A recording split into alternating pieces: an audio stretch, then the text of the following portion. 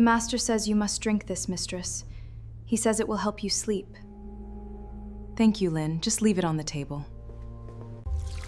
I can't afford to sleep. Not tonight.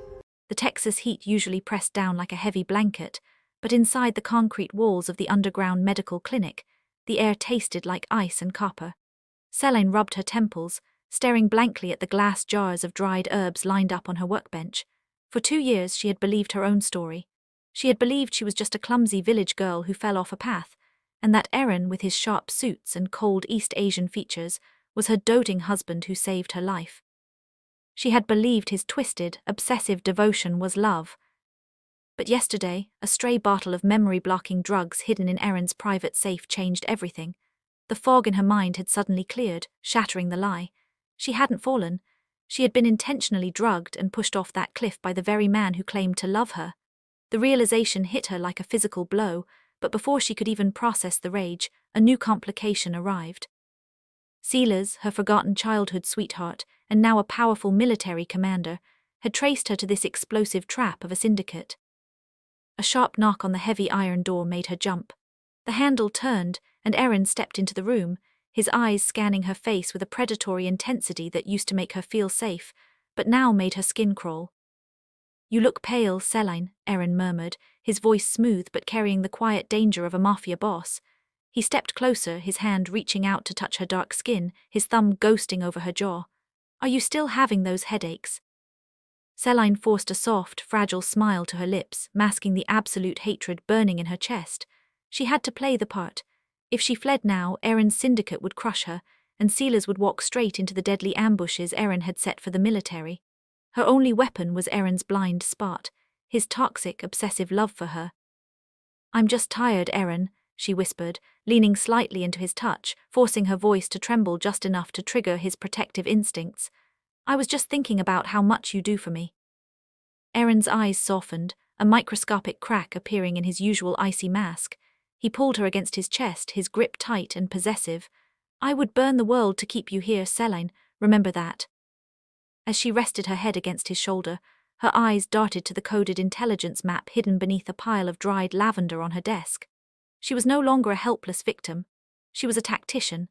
To save Silas and destroy Aaron's empire, she would have to play a deadly game of deception, feigning torn affections between her abuser and her protector, manipulating both men's emotions from the inside out.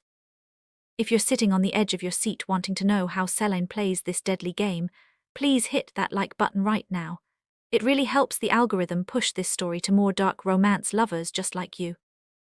I want to hear from you in the comments below, so let's get conversational. Either you think Celine should trust Silas's military might and sacrifice her independence, or do you think she should risk it all to destroy the Mafia syndicate on her own terms? What is your prediction for how Silas will react when he starts getting her coded messages? And honestly, have you ever been in a situation where you had to fake your feelings just to survive a toxic dynamic? Make sure to subscribe to the Royal Noir channel so you don't miss a single chapter of this relentless betrayal. Now, let's get right back into the shadows. The heavy silence of the clinic returned the moment Aaron left the room, his quiet footsteps fading down the concrete hallway. Celine let out a shaky breath, her fragile mask dropping instantly as she rushed to her workbench. Her hands, usually steady when mixing remedies, fumbled through the pile of dried lavender until her fingers brushed the coarse paper of the tactical map she had stolen from Aaron's desk. She had to work fast. Aaron's men were everywhere, and his explosive traps were already set along the border roads where Silas's military convoy was scheduled to pass. Using a charcoal stick, she began drawing tiny, symbols disguised as herbal recipes in the margins of a delivery receipt. A line for a route meant a tripwire, a circle for a seed indicated a pressure plate. It was a crude, coded language, but she knew Silas would understand it. He had always been the smart one, the boy who could read her thoughts before she even spoke them. The iron door groaned again, and Celine shoved the receipt into her apron pocket just as Lynn, her assigned maid, stepped inside carrying a tray of tea. Lynn didn't look at her eyes fixed firmly on the floor. "The master says you must drink this, mistress," Lynn said, her voice flat and robotic. "He says it will help you sleep." Celine stared at the steaming cup of chamomile. Yesterday she would have drunk it without a thought. Today she recognized the faint, bitter scent of the sedatives mixed into the leaves. Aaron wasn't just caring for her, he was keeping her compliant, keeping her dependent on his version of reality. "Thank you, Lynn, just leave it on the table," Celine said, keeping her tone light. Once the maid retreated, Celine tipped the contents of the cup into a potted fern in the corner, watching the liquid sink into the soil. She couldn't afford to sleep. Not tonight. Silas's scout was supposed to drop off a supply crate at the back entrance of the estate in less than an hour, and that was her only window to pass the intelligence. She slipped out of the clinic, moving through the dimly lit corridors of the mansion, with the stealth she had perfected over 2 years of living in shadows. The air outside was thick with the scent of upcoming rain, a typical Texas storm rolling in from the plains, lightning flickering in the distant purple clouds. She reached the back-loading dock just as a heavy canvas-covered supply truck pulled up. A young soldier in civilian clothes began unloading crates of food and medical supplies. Celine stepped into the dim light of the single hanging bulb, her heart hammering a frantic rhythm against her ribs. "Delivery for the main kitchen," the soldier said, his voice loud for the benefit of any hidden guards, but his eyes were sharp, scanning her face. "I'll take the medical supplies directly," Celine replied, stepping closer. As she reached for a small wooden box, her fingers brushed the soldier's hand, and she slid the folded, coded receipt into his palm. "Make sure the commander reviews the prescription carefully. It's a specific dosage." The soldier, given a curt, barely perceptible nod, "Understood, ma'am." Before she could step back into the shadows, the heavy sound of a car door slamming echoed through the courtyard. A sleek black Mercedes tore into the driveway, its headlights cutting through the darkness, blinding her. Aaron stepped out of the back seat, his jaw tight, his hazel eyes flashing with a sudden, dangerous jealousy. He didn't look at the delivery driver. His focus was entirely on Celine, his strides long and predatory as he crossed the wet concrete toward her. "What are you doing out here, Celine?" Aaron asked, his voice low, a quiet warning vibrating beneath the smooth surface. He grabbed her upper arm, his grip firm and possessive. "I told you to stay inside where it's safe." Celine didn't flinch. She looked up at him, letting her dark eyes fill with a false warmth, channeling the toxic affection he craved. She wrapped her free hand around his forearm, her fingers digging into his expensive suit jacket. "I was looking for you, Aaron," she lied smoothly, her voice a soft purr against the rising wind. "The storm was making me nervous and you weren't in your office. I just needed to see you." The tension in Aaron's shoulders fractured, his obsessive need for her devotion overriding his natural suspicion. He pulled her closer, his chest pressing against hers, his breath warm against her ear. "You don't need anyone else, Celine. I am the only one who keeps you safe. Remember that." Over his shoulder, Celine watched the supply truck pull away into the dark, rainy night. The message was gone. Silas would get the code. But as Aaron led her back into the golden cage of the mansion, she knew the game was only getting deadlier. Silas was reckless, and his jealousy would make him sharp. If he tried to pull her out too early, Aaron would detonate the whole trap, and none of them would walk away alive. Rain pounded against the high windows of the mansion as Aaron walked Celine down the long hall. His hand was tight on her lower back. It felt like a brand burning into her skin. Celine kept her breathing slow and steady. She rested her head on his shoulder, acting like the storm scared her. It was a good trick. Aaron liked it when she was scared. It made him feel big and important. "You should not be out there, Celine," Aaron said again. His voice was rough. "The military is crawling all over the state line. They are like rats." "I know," Celine whispered. She traced a circle on his chest with her finger. "But you keep them away from me, do you not? You always take care of the bad men." Aaron stopped walking. He turned her around and pushed her back against the wall. He did not push hard, but hard enough to show who was the boss. He looked down at her. His eyes were dark and full of a sick kind of hunger. "I will kill anyone who tries to take you. You are my wife." "I know," she said. She let a soft smile show on her lips. "But you work so hard. You need to sleep, Aaron. You look tired." "I have to check the south gates," he said. He leaned down and kissed her neck. Celine wanted to throw up. His lips felt like poison on her skin, but she let out a soft sigh, pretending she enjoyed it. "The rain is messing with the cameras. I will be gone for an hour. Go to our room and wait for me." "Can I go to my clinic first?" she asked. She looked up at him through her eyelashes. She pouted her lips just a little bit. "My head hurts again. I need to mix a powder for the pain. Your tea did not work." Aaron frowned. He hated it when she was sick. It was the only thing he could not control. 5 minutes, he said. "Get your powder and go to the bedroom. If you are not in that bed when I get back, I will lock the clinic door for a week. Yes, Erin, she said softly. He gave her one last, heavy kiss on the mouth and walked away. Celine waited until he turned the corner. Then she wiped her mouth with the back of her hand and ran. She hurried down the concrete steps to the underground clinic. The air down here was cold. She locked the heavy iron door behind her and leaned against it. Her whole body shook. She had done it. The message was gone. Silas knew about the bombs on the border road. Now she just had to wait for him to send a sign that he got it. She walked over to her workbench and grabbed a jar of willow bark. She needed to make the fake headache powder just in case Erin checked on her. You have got a lot of nerve, Celine. The voice came from the dark corner of the room. It was deep, rough, and made her heart stop. Celine spun around. A tall shadow moved away from the wall. The dim light hit his face. It was Silas. He was dressed in dark green military gear. He was soaking wet from the rain. Water dripped from his short black hair down his face. He looked angry. He looked really angry. He also looked exactly like the boy she used to love, only bigger, harder, and much more dangerous. Silas, she gasped. Are you crazy? How did you get in here? Through the old air vent. The one Erin's stupid guards forgot to weld shut, Silas said. He stepped closer. His boots did not make a single sound on the concrete floor. What the fuck is this, Celine? He reached into his pocket and pulled out the delivery receipt. He slammed it down on her workbench. The herbs scattered everywhere. It is a map, she whispered.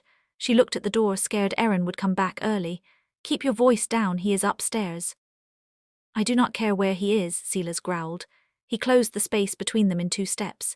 He grabbed her arms and pinned her against the edge of the workbench. His chest pressed against hers.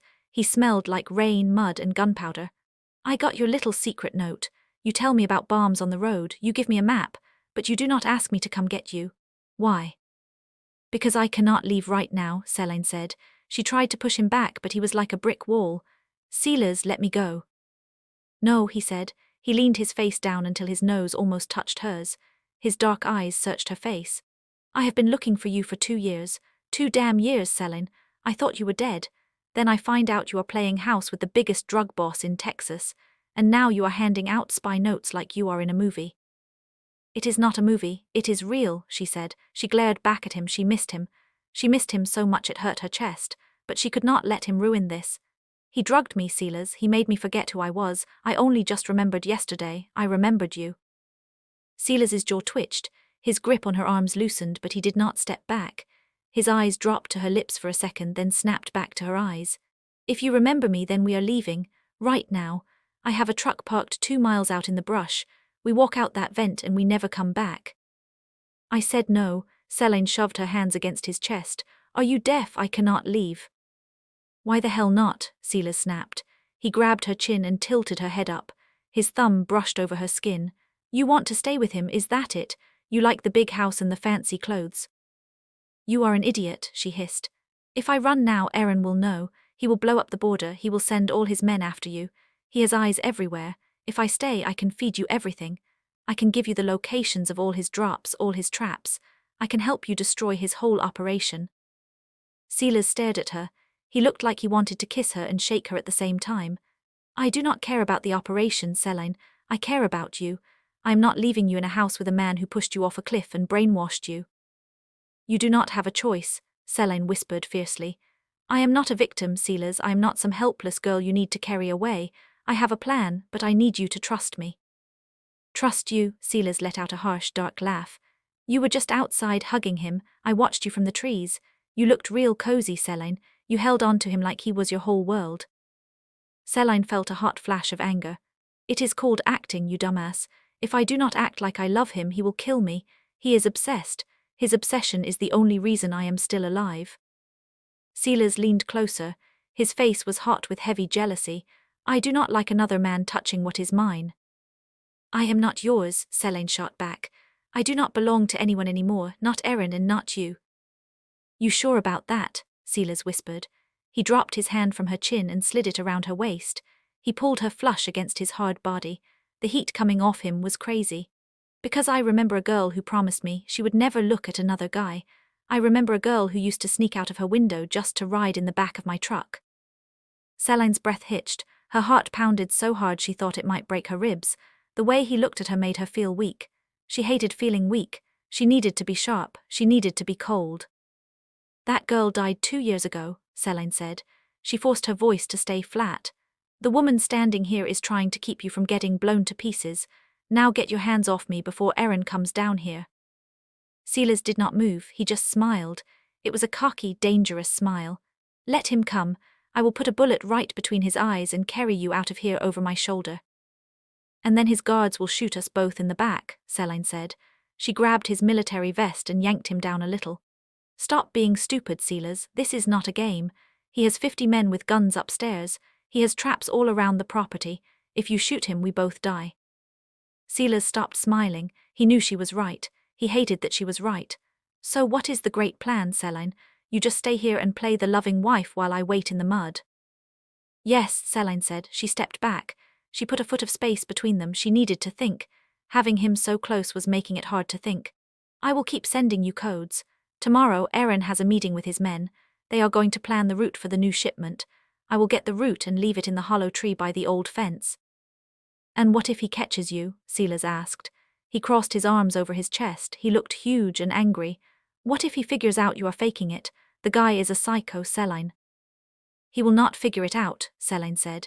She grabbed a small glass bottle and started pouring the willow bark into it. She needed to make it look like she had been working. "He thinks I am weak. He thinks I am fully dependent on him. I will use that. I will make him think I am so scared of the outside world that I could never leave him." Silas watched her work. His eyes traced the line of her neck down to her hands. "I hate this," he said quietly. "I hate seeing you in this place. I hate knowing he puts his hands on you." "It makes my skin crawl," Celine admitted. She did not look at him. She just kept pouring the powder. "But I will do whatever it takes to burn his world down.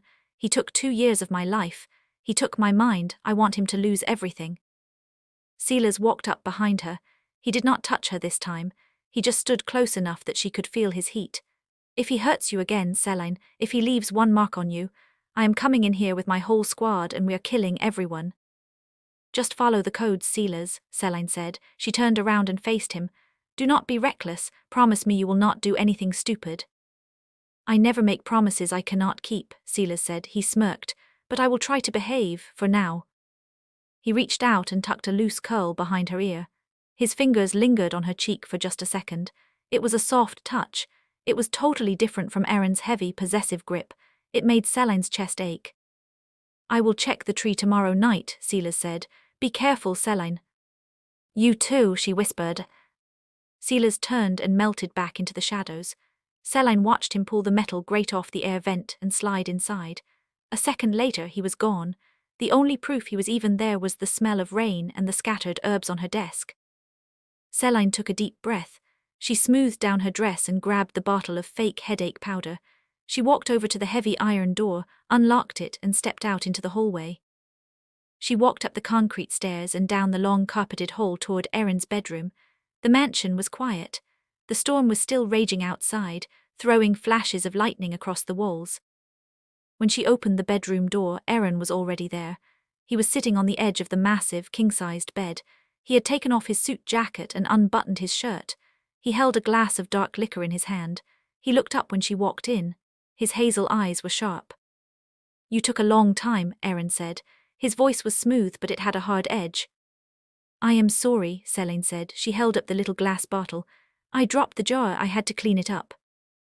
Aaron put his glass on the nightstand. He held out his hand. "Come here." Celine walked over to him. She placed her small hand in his large one. He pulled her down so she was standing right between his legs. He wrapped his arms around her waist and rested his face against her stomach. "I do not like it when you are out of my sight," Aaron murmured. "I want to lock you in this room and throw away the key." "That would be boring," Celine teased softly. She ran her fingers through his dark hair. She played the part perfectly. "I would go crazy in here." "You would have me," Aaron said. He looked up at her. "Am I not enough?" "You are more than enough," Celine lied. She smiled down at him. "You are everything." Aaron stood up. He picked her up easily, carrying her like she weighed nothing, and laid her down on the center of the bed. He crawled over her, trapping her beneath his body. He stared down at her face. "Good," he whispered. Because if I ever found out you were thinking about leaving me or thinking about anyone else, I would do very bad things, Celine, very bad things. Celine kept her smile in place. She wrapped her arms around his neck. I am not going anywhere, Aaron. I am right where I want to be. She pulled him down for a kiss, closing her eyes so he would not see the cold, calculating truth hiding in them. The game had started, and she was going to play it until there was nothing left of him but ashes. The morning sun baked the wet Texas mud into cracked clay by noon. The storm had passed, leaving behind a thick, choking heat that made it hard to breathe. Inside the mansion, the air conditioning ran on full blast, keeping the massive rooms as cold as a meat locker. Celine stood in the kitchen, her hands resting on the edge of the marble counter. Down the hall, Aaron's office door was shut. He had been in there for 3 hours with his top men. Lynn, the quiet maid, was filling a silver tray with glasses of ice water and bottles of dark beer. Celine stepped in front of her. I will take that to them, Lynn, Celine said. She kept her voice soft, playing the part of the dutiful wife trying to please her husband. Lynn looked up, her eyes wide with panic. The master does not like to be bothered when he is with his men, mistress. He will get angry. He will not get angry at me, Celine said. She took the heavy tray from Lynn's hands. Go clean the upstairs. Lynn did not argue. She just bowed her head and hurried away. Celine walked down the long, quiet hallway. Her heart beat fast, but she kept her face completely blank. She stopped in front of the heavy oak doors of Aaron's office. She could hear the deep rumble of men's voices inside. She balanced the tray on one hand and knocked twice, very softly. The talking stopped at once. A chair scraped loudly against the wooden floor. Who is it? Aaron barked. His voice was sharp and mean. It is me, Aaron, Celine called out. She made her voice sound small and timid. I brought you something to drink. There was a heavy silence. Then the door swung open. A huge man with a thick beard and a gun holstered on his belt stared down at her. This was Travis, Aaron's main enforcer. Travis looked at her with blank, dead eyes, then stepped aside to let her in. The office was huge. The air was thick with the smell of cigar smoke and expensive leather. 4 men sat around a large table covered in maps and papers. Aaron sat at the head of the table. His suit jacket was off and his sleeves were rolled up. When he saw her, the hard, killing look on his face melted away. Celine, Aaron said. He leaned back in his chair. I told you I was busy. I know, she said, looking down at the tray. But you have been in here all morning. I thought you and your friends might be thirsty. I can leave if I am in the way. She took a step backward, acting like she was scared of the men staring at her. Aaron loved it. He loved showing his men that he owned her, that this beautiful, quiet girl lived only to serve him. He held out his hand and snapped his fingers. Bring it here. Celine walked over to the table. She kept her eyes on the glasses, but her mind was wide open, soaking in every detail on the table. She saw a map of the Texas border. She saw red circles drawn around certain roads. She set the tray down next to Aaron. He reached out and grabbed her wrist. He did not pull hard, but he held her there, right next to his chair. Look at her, boys, Aaron said. He ran his other hand up and down her arm. Most women would be asking for credit cards or crying about being bored. My wife brings me a cold drink while I work. The men let out low, fake laughs. Travis grabbed a beer from the tray and popped the cap. She is a good one, boss. The best, Aaron said. He looked up at Celine. Go back to your clinic, Celine. We are finishing up here. Celine nodded, but she did not move right away. She pretended to adjust the glasses on the tray. So the trucks move on Tuesday? Travis asked, turning his attention back to Aaron. You sure about that route? Tuesday at midnight, Aaron said. His thumb stroked the inside of Celine's wrist. We take Highway 87, past the old oil derricks. The military patrols that area, but my guys inside the local police said the military shifts change at midnight. We have a 30-minute window where the road is completely empty. We push the guns and the cash through then. What about the traps? Another man asked. The tripwires stay live on the dirt roads, Aaron said flatly. If the military tries to cut through the brush to cut us off, they get blown to pieces. We stick to the main highway. Celine's blood ran cold.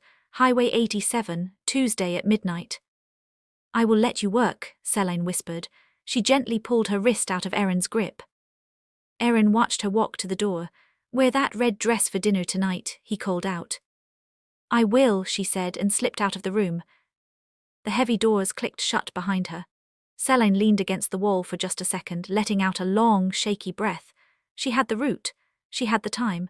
If Silas hit Highway 87 at midnight on Tuesday, he could stop the biggest shipment Erin had moved all year. And if his men stayed off the dirt roads, they would avoid the bombs. Now she just had to get the message to the hollow tree. Night fell over the Texas plains like a heavy black blanket.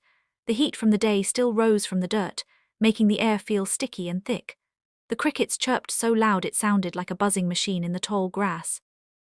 Celine waited until the mansion was completely silent. Erin had drank too much whiskey at dinner, and he was sleeping heavily in their bed. She slipped out from under his arm, holding her breath when he grunted and rolled over. She dressed in dark clothes and crept out the back door of the kitchen. The old iron fence was a quarter-mile away from the main house. It marked the edge of the property where the cameras did not reach. A massive, dying oak tree stood right next to the rusted metal. Celine moved quickly through the tall grass. The mud sucked at her boots, but she kept her eyes on the dark shape of the tree. She reached into her pocket and pulled out a small piece of paper. She had written down everything. Highway 87 Tuesday midnight, avoid the dirt roads. She reached the tree and found the hole in the trunk near the roots. She pushed the paper deep inside, covering it with a handful of dead leaves. "You are late." Celine spun around, swallowing a scream. A hand clamped hard over her mouth. A strong arm wrapped around her waist, yanking her back against a solid, hard chest. Quiet, a deep voice rasped in her ear. "It was Silas." He slowly pulled his hand away from her mouth, but he did not let her go. He kept her pulled tight against him in the shadows of the tree. He was wearing all black, his face painted with dark grease to blend into the night. He felt like a wall of hot muscle behind her. "Damn it, Silas," Celine breathed. She turned her head to look at him over her shoulder. "You scared the hell out of me. I told you I would drop the note. You do not need to be here." "I did not come for the note," Silas said. His voice was low and rough. He turned her around so she was facing him. He backed her up against the rough bark of the oak tree. He planted one hand on the wood right next to her head, trapping her there. "Then why are you here?" Celine asked. She looked up into his dark eyes. They were shining in the faint moonlight. "Because I have been losing my mind all day," Silas growled. He leaned closer, his body pressed against hers. "I have been sitting in the mud for 20 hours thinking about that piece of shit putting his hands on you, thinking about you sleeping in his bed." "Keep your voice down," Celine hissed. She put her hands on his chest to push him away, but it was like pushing a boulder. His heart was hammering fast under his black shirt. "You are too close to the house. The guards patrol the fence line every hour." "Let them come," Silas said. He did not care, he was too angry, he was too jealous. He stared down at her lips, then forced his eyes up to hers. "Tell me you are not sleeping with him, Celine, tell me." Celine felt her stomach twist. She hated seeing the pain in his face, but she could not let him get soft. She could not let him get distracted. "I do what I have to do to stay alive," she said coldly. "He thinks I am his wife, I act like his wife, it is none of your business." Silas let out a harsh breath. His jaw clenched so tight she heard his teeth grind together. "It is my business. You were mine before he ever saw you. You think I am just going to sit back and let him use you?" "I am using him," Celine snapped quietly. She grabbed the collar of his shirt and pulled him down an inch. "I got the route, Silas, Tuesday at midnight, Highway 87, he is moving everything. Guns, cash, all of it. If you hit that convoy, you cut off the head of his whole operation." Silas stared at her. The anger in his eyes shifted into something else, something heavy and dark. He reached up and wrapped his large hand around the back of her neck. His fingers tangled in her dark hair. "I am going to hit that convoy," Silas whispered. "I am going to kill every single man in those trucks, but I am not doing it until you are out of this house." "No," Celine said immediately. "You cannot pull me out yet." "Watch me," Silas said. His grip on her neck was firm, but his thumb rubbed a soft circle behind her ear. "I am coming back here tomorrow night. I am cutting a hole in this fence and you are walking out with me. Once you are safe at the base, I will bomb Highway 87 to hell." "Silas, listen to me," Celine pleaded. She pushed against his chest again. "If I go missing tomorrow, Erin will panic. He will cancel the shipment. He will move all his men back to the house to hunt for me. You will lose your chance to take down the syndicate. And worse, he will set off the backup bombs." "What backup bombs?" Silas asked, his eyes narrowed. "The dirt roads," Celine said. She spoke fast, her words tumbling out in the dark. "He has the dirt roads rigged with tripwires. He said it today in the meeting. If you pull me out, he will detonate everything just to cause chaos. Innocent people drive on those roads during the day. You have to let the shipment happen while I am still here. He will be calm, he will be focused on the money. Silas let out a frustrated curse. He hit the tree trunk with his fist. I am not leaving you in there while bullets are flying out here. If he loses that shipment, he will go crazy. He might take it out on you. He will not, Celine promised. He thinks I am stupid. He thinks I just mix herbs in the basement. He will never suspect I leaked the root. I am his blind spot, Silas. Silas looked down at her. The wind blew a piece of hair across her face and he gently brushed it away. He hated this plan. He wanted to throw her over his shoulder and carry her into the dark. But he knew she was right. If Erin panicked, people would die. You are playing a dangerous game, Celine, Silas said quietly. He leaned his forehead against hers. If he catches you going through his things, he will kill you. I am careful, she whispered. She closed her eyes for a second, just letting herself feel the safety of him. She had not felt safe in 2 years. You just focus on Highway 87, hit them hard, do not let any of them get away. I will slaughter them, Silas promised. His voice was a dark, violent vow. He tilted his head, his lips hovering an inch from hers. But when the dust settles, I am coming for you. And when I get my hands on Erin, I am going to make him beg for his life before I end it. Celine opened her eyes. He is mine to end, Silas. You take the convoy, I take Erin. Silas smirked. It was a proud, dark smile. There is the girl I remember. He leaned down and kissed her. It was not a soft kiss. It was rough, desperate, and full of 2 years of missing her. He tasted like rain and danger. Celine kissed him back, her hands sliding up his chest to grip his shoulders. For 10 seconds they were just a boy and a girl hiding in the dark, stealing a moment before the world caught fire. Then a bright light swept across the tall grass 50 yards away. Flashlights, Silas broke the kiss instantly. He pulled his black mask up over his mouth and nose. The patrol is coming. Go, Celine whispered. She pushed him toward the fence. Check the tree again on Monday night. I will leave the exact numbers of guards riding in the trucks. Silas grabbed the rusted iron bars of the fence and vaulted over it like it was nothing. He landed silently in the deep brush on the other side. He looked at her one last time through the metal bars. Tuesday, Celine, Silas said, his voice fading into the wind. After Tuesday, you are coming home. He vanished into the dark trees. Celine turned and dropped to her knees in the mud. She began ripping up handfuls of wild mint that grew near the tree roots. By the time the 2 guards with flashlights walked up to the fence, she was sitting in the dirt with a pile of green leaves in her lap. Hey, one of the guards shouted. He shined the bright light right in her face. Who is that? Celine squinted and held up her hand to block the light. She made herself look confused and sleepy. It is me. Celine, do not point that in my eyes.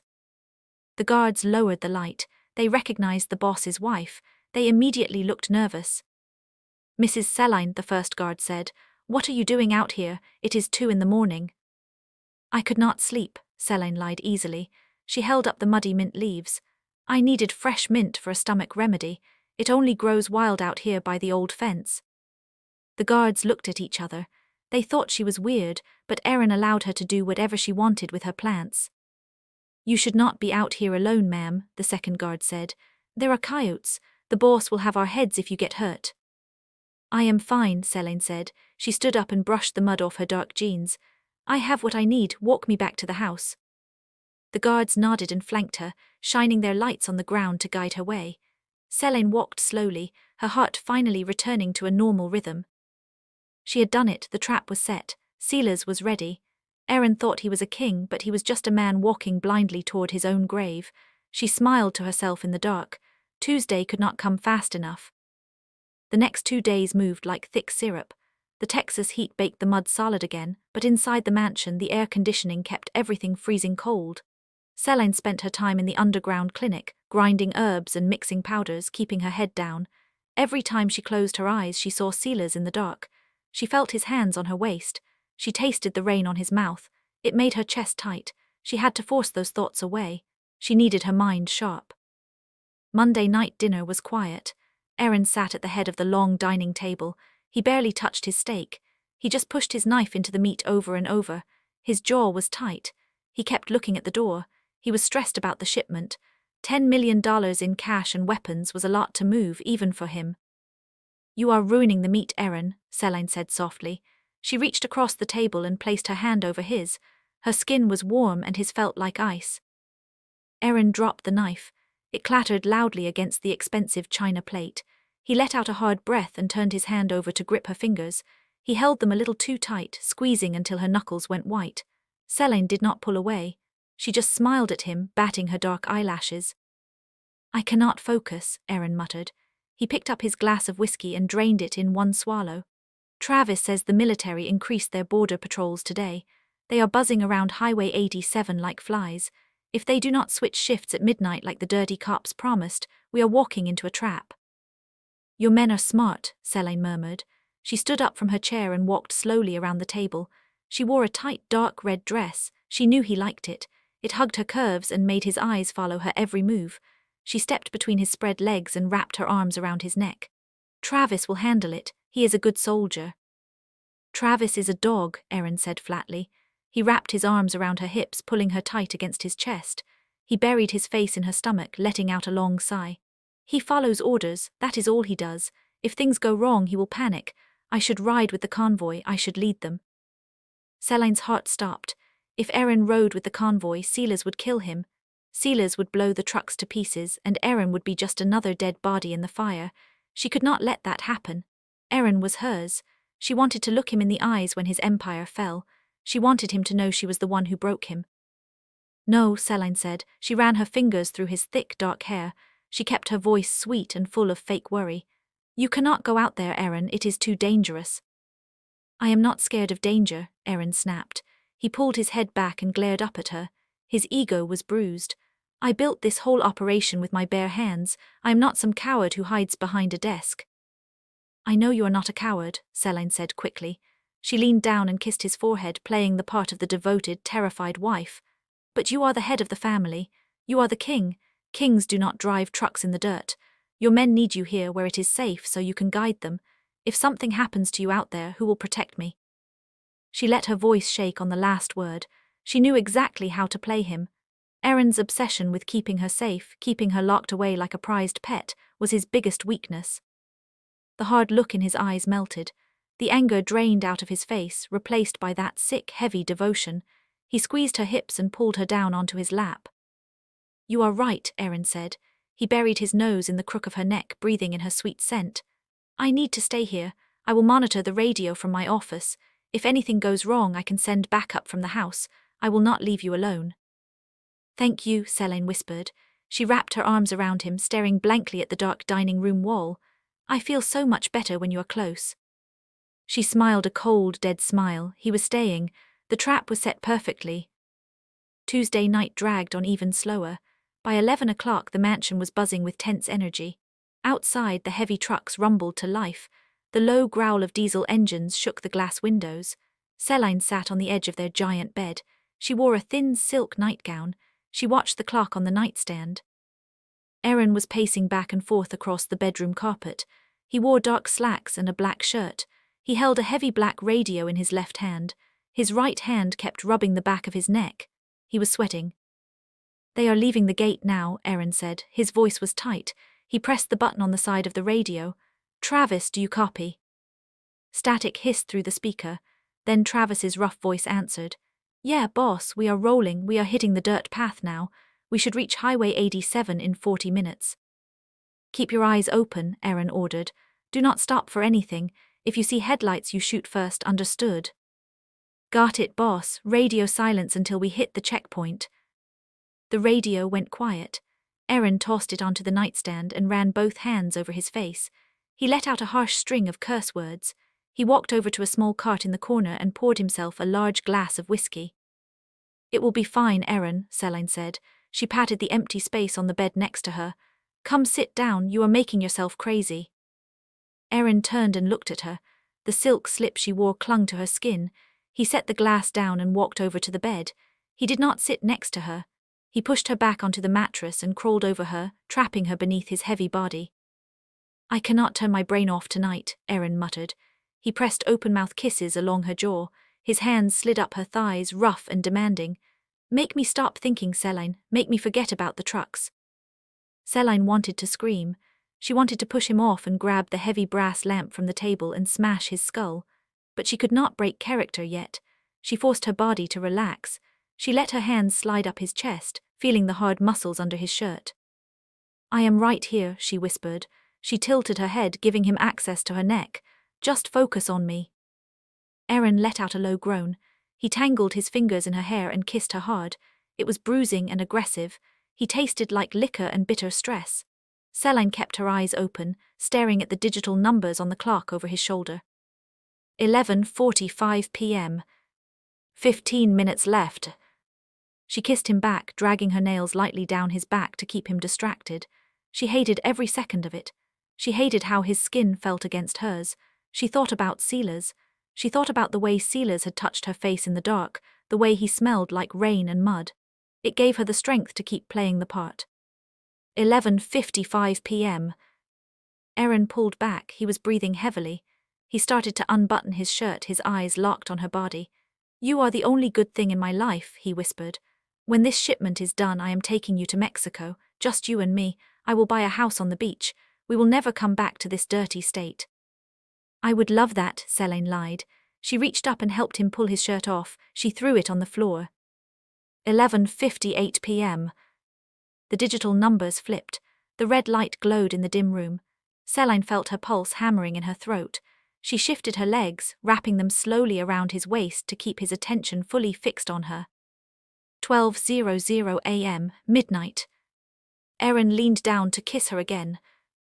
Suddenly, the black radio on the nightstand exploded with loud, violent static. Aaron froze. He hovered right above her, his hazel eyes snapping wide open.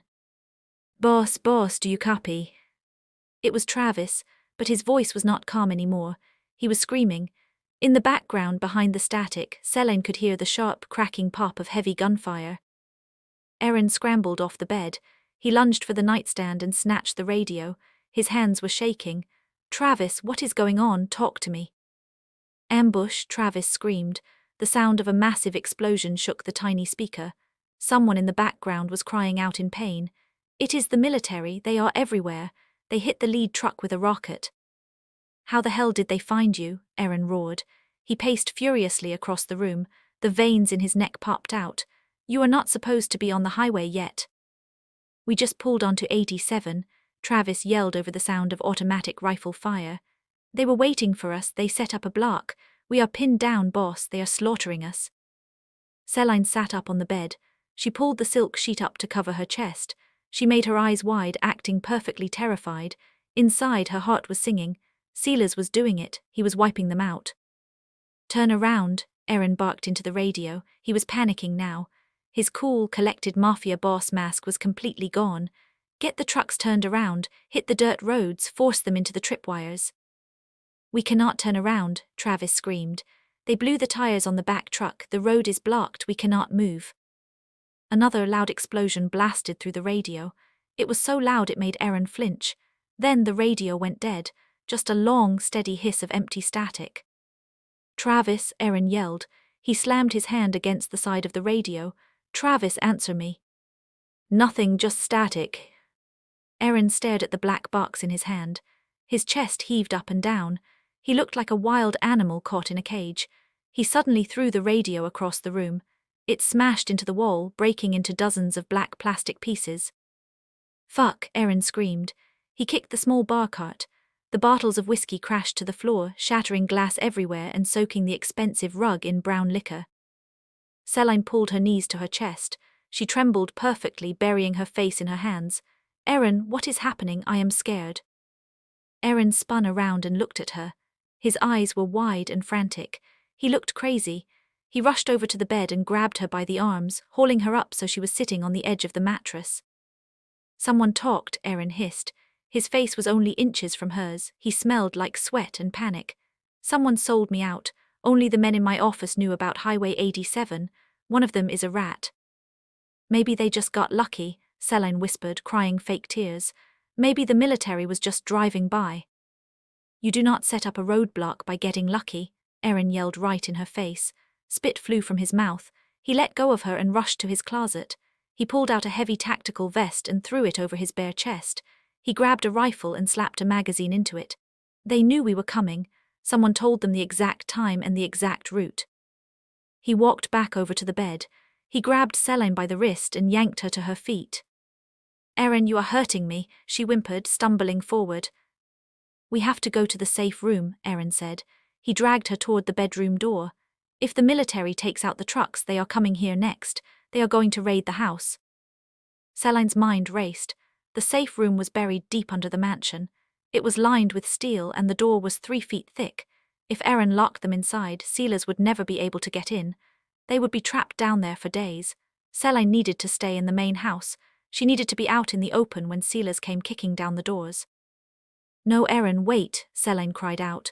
She planted her feet and pulled back against his grip. "My clinic, I need to go to my clinic first." Erin stopped and yanked her forward. "Are you stupid? There is a raid coming. We are not going to get your stupid herbs." "My medicine is down there," Celine lied. She forced more tears out of her eyes. She made herself hyperventilate, taking short, gasping breaths. "If I get locked in the safe room without my powder, my head will start hurting. I will get sick, Erin. You know how sick I get." Erin gritted his teeth. He looked at the bedroom door, then down at her crying face. His obsession with taking care of her fought against his panic. He could not stand the idea of her being sick and in pain, especially if they were locked in a steel box together. "Fine," Erin snarled. He kept a tight grip on her wrist and dragged her out into the hallway. 2 minutes, you get your medicine and we go straight to the bunker." Celine stumbled down the stairs behind him, her bare feet slapping against the cold concrete. She was buying time. Every second she stalled gave Silas more time to finish the job on the highway and drive his squad to the estate. They reached the heavy iron door of the clinic. Erin let go of her wrist and pushed the door open. He stood in the hallway, holding his rifle up, scanning the dark corners. "Get it," he ordered, "now." Celine ran to her workbench. She did not grab the medicine. She reached under the table, feeling for the heavy, rusted metal pipe she used to crush hard roots. Her fingers wrapped around the cold iron. It was heavy. It would do a lot of damage. She took a deep breath and turned around. She held the pipe behind her back, hiding it in the folds of her silk slip. Erin was looking down the hall. He was twitching with nervous energy. "Celine, hurry up." "I cannot find it," Celine called out softly. "Erin, can you help me? My hands are shaking too much." Erin let out an angry curse. He lowered his rifle and stepped into the room. He walked toward her, annoyed and distracted. "Where did you put it? I told you to keep it organized." He stepped up to the workbench. He turned his back to her to look at the messy pile of jars and dried plants. Celine did not hesitate. The scared, crying village girl vanished. The cold, focused survivor took over. She raised the heavy iron pipe high into the air. She stared at the back of Erin's head. He had stolen 2 years of her life. He had drugged her mind. He had pushed her off a cliff. It was time to take her life back.